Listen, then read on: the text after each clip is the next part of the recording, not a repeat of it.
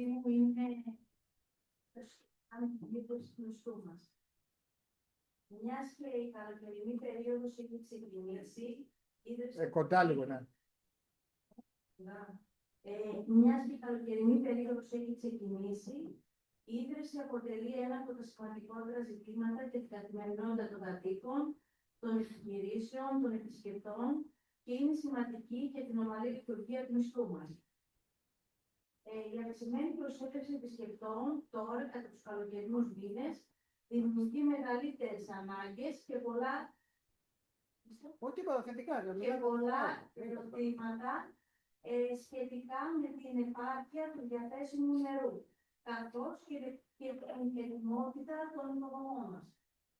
Θέλω, κύριε Δήμαρχε, να μας ενημερώσετε.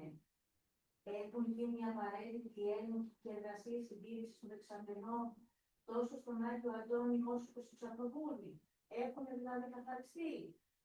Γενικά, να μας κάνετε μια ενημέρωση. Οι αντλίες, το σύστημα χαλάτωσης έχουν συντηρηθεί για να ανταπεξέλθουν στις αυξημένες ανάγκες του νησιού μας.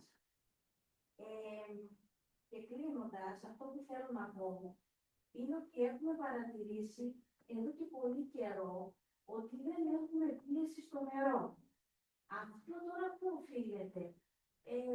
Δεν έχουμε την απαραίτητη ποσότητα? Υπάρχει κάποιο τεχνικό πρόβλημα? Συμβαίνει κάτι άλλο? Αυτά.